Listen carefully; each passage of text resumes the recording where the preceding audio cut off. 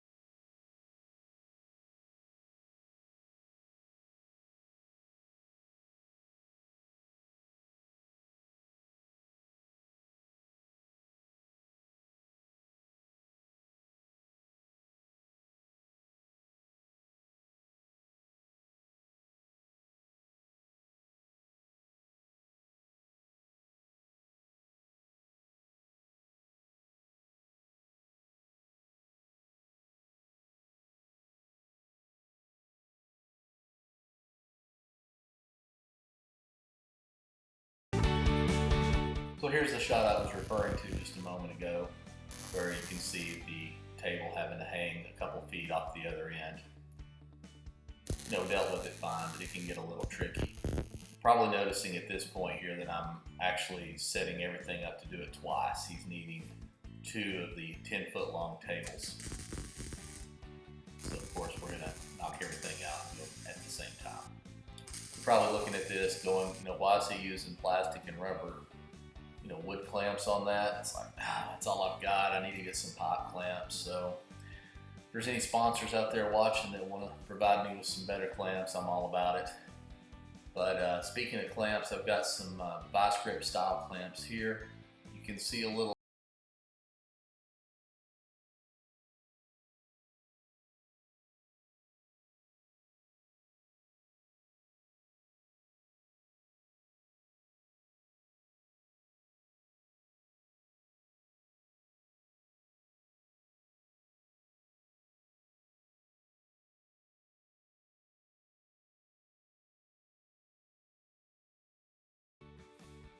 and as you can see here, I'm struggling to get it right where I need it. So I've got it clamped down already. Now I'm just kind of hammering it into place. Put it back down a little bit and we should be good to go. And now that I'm getting that welded,